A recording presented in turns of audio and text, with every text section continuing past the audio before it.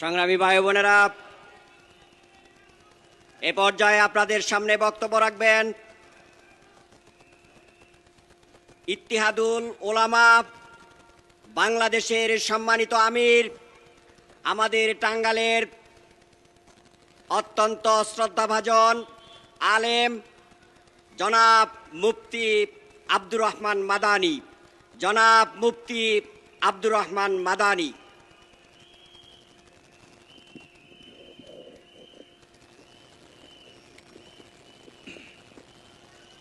আসসালামু আলাইকুম ওয়া রাহমাতুল্লাহি ওয়া বারাকাতুহু। নাহমাদুহু ওয়া নুসাল্লি আলা রাসূলিহিল কারীম। আম্মা বাদ, আজকে এই জনসমুদ্র টাঙ্গাইলের বুকে আমার অন্তরাত্মা পুলকিত হচ্ছে। আজকের এই সমাবেশের মঞ্চে উপবিষ্ট আমিরে জামাত, আজকে জামাত ইসলামের নেতৃবৃন্দ, 11 দলীয় ঐক্য জোটের নেতৃবৃন্দ, আমি ইত্তেহাদুল উলামা বাংলাদেশের আমির হিসাবে আমি প্রত্যেককে, আমার মা বোন, আমার সামনে উপবিষ্ট দাঁড়ানো যারা আছেন সবাইকে আমার শুভেচ্ছা জানাচ্ছি। ভাইরা আমার, আমি চাই আপনারাও চান একটা সুন্দর দেশ গড়তে। এই দেশটা হবে সুখী সমৃদ্ধশালী। এই দেশে কোনো নির্যাতন থাকবে না, এই দেশে কোনো চাঁদাবাজি থাকবে না, এই দেশের মানুষ হবে সুশিক্ষিত, এই দেশের মানুষের আচরণ হবে সুন্দর। এই দেশ পৃথিবীর বুকে মাথা উঁচু করে দাঁড়াবে। কি বলেন? আজকে আমরা হাতে হাত মিলিয়ে আমরা দেশের উন্নয়নের কাজ করতে চাই। কি বলেন আপনারা? এই দেশে কোনো মারামারি থাকবে না, কোনো কাটাকাটি থাকবে না। আজকে 92% মুসলমানের এই বাংলাদেশ, মুসলমানের মধ্যে ঐক্য থাকা চাই, এটাই তো স্বাভাবিক। কিন্তু তা না হয়ে আজকে আমরা নিজেরা নিজেদের ভিতরে বিভেদ সৃষ্টি করছি। আজকে মুসলমান, সারা বিশ্বের মুসলমান তো এক প্ল্যাটফর্মে থাকা দরকার। সারা বিশ্বের মুসলমানদেরকে দ্বিখণ্ডিত করছে, দ্বিধা বিভক্ত করছে কারা, আমাদের চিহ্নিত করতে হবে। আপনি কোন প্ল্যাটফর্মে আছেন সেটা আমার দেখার বিষয় নয়। আমাদের দেখার বিষয় হলো মুসলমান হিসাবে আমরা আমাদের মুসলমানিত্ব ঠিক রাখতে পারছি কিনা।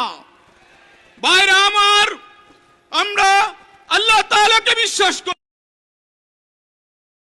নবী মুহাম্মদুর রাসূলুল্লাহ সাল্লাল্লাহু আলাইহি ওয়াসাল্লামকে মানি, আমাদের রাসূল হিসেবে মানছি যখন, তাহলে আল্লাহ তাআলার হুকুম মানতে হবে কি হবে না বলেন? সারা বিশ্বের মুসলমানদেরকে মেসেজ দিতে চাই, আপনারা যে যে পোস্টে থাকেন, যে যে দল করেন, যেইখানে দায়িত্বে থাকেন না কেন, ইসলামের হুকুমত কায়েম করতেই হবে। আপনার জন্য দরকার এইখানে আপনি কতটুকু কাজ করতেছেন। আপনি যেখানেই থাকেন না কেন, আপনি মহিলা হন, আপনি পুলিশ হন, আপনি ডিসি হন, আপনি এসপি হন, আপনি রাজনৈতিক নেতা হন, আপনি ব্যবসা, যদি আপনার মধ্যে মুসলমানিত্ব থাকে তাহলে ইসলাম কায়েমের জন্য আপনাকে আপনার শরীরের ঘাম ঝরাতে হবে, রক্ত বিন্দু ঝরাতে হবে।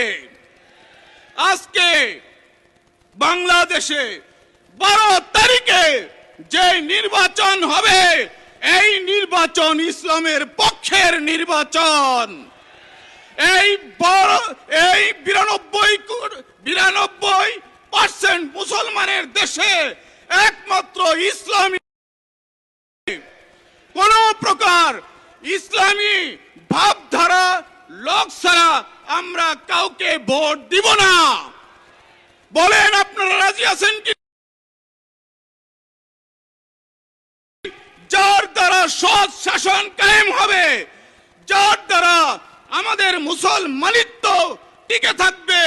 উলামায়ে কেরাম মঞ্চে কথা বললে যারা মাইক কেড়ে নেবে না, এই ধরনের লোককে আমরা শাসনে বসাতে চাই।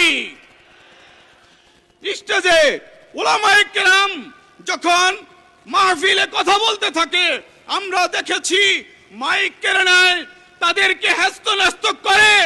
আমরা কি এটার পুনরাবৃত্তি চাই? যদি না চাই, তাহলে আজকে আমাদের সিদ্ধান্ত নিতে হবে আমাদের ভোট কোন বাক্সে পড়বে, কোথায় পড়বে। কি বলেন আপনারা? আজকে মুসলমানের এই দেশে আমরা কোরআন তেলাওয়াত দিয়ে অনেক সময় আমরা অনুষ্ঠান শুরু করি, কিন্তু আমরা দেখেছি বিভিন্ন জায়গায়, স্কুল কলেজে, বিভিন্ন জায়গাতে আমাদের যে ধর্মীয় বই আছে, এই ধর্মীয় বইটাকে সবার শেষে ক্লাসটা দেওয়া হয়। আজকে আমি যেই নির্বাচিত হোক, আমরা আমাদের এই ইত্তেহাদুল উলামার পক্ষ থেকে আহ্বান জানাচ্ছি, আপনারা যেই এই দেশে আসেন না কেন, যেই ক্ষমতায় আসেন না কেন, ইসলাম ধর্মকে প্রাধান্য দিয়ে এই ধর্মীয় শিক্ষাকে যেন আমরা প্রথমেই যেন এই ইসলামী বইগুলো পড়ানো হয়, সিলেবাসের জন্য এইভাবে আসে। প্রথমেই যেন ক্লাসটা ইসলাম ধর্ম, অর্থাৎ নৈতিক শিক্ষার অবক্ষয় হওয়ার কারণে আজকে চাঁদাবাজি হচ্ছে। নৈতিক শিক্ষার অবক্ষয়ের কারণে আজকে নেশাগ্রস্ত হচ্ছে। কলেজ স্কুলের কচি কাচারা তারা নেশায় মুক্ত, নেশায় একদম মানে কি বলবো, এটা একদম ছেয়ে গিয়েছে কলেজগুলোতে। এই জন্য আজকে আমরা চাই যে আমি কালিহাতীর থেকে খেলাফত মজলিসের পক্ষ থেকে আমাকে মনোনয়ন দেওয়া হয়েছিল, কিন্তু আমি ছেড়ে দিয়েছি। কালিহাতীতে অধ্যাপক খন্দকার আব্দুর রাজ্জাক সাহেব, কালিহাতীর অনেকে আছেন, আমরা চাই খন্দকার আব্দুর রাজ্জাক সাহেবকে কালিহাতী থেকে ইনশাআল্লাহ তাআলা আপনারা নির্বাচিত করবেন, ভোট দিবেন ইনশাআল্লাহ তাআলা। আজকের বাংলাদেশ ইসলামের বাংলাদেশ হোক, এই কামনা রেখে আজকে ইত্তেহাদুল উলামার পক্ষ থেকে আপনাদেরকে আহ্বান জানিয়ে আমি বিদায় নিচ্ছি। আসসালামু আলাইকুম ওয়া রাহমাতুল্লাহি ওয়া বারাকাতুহু।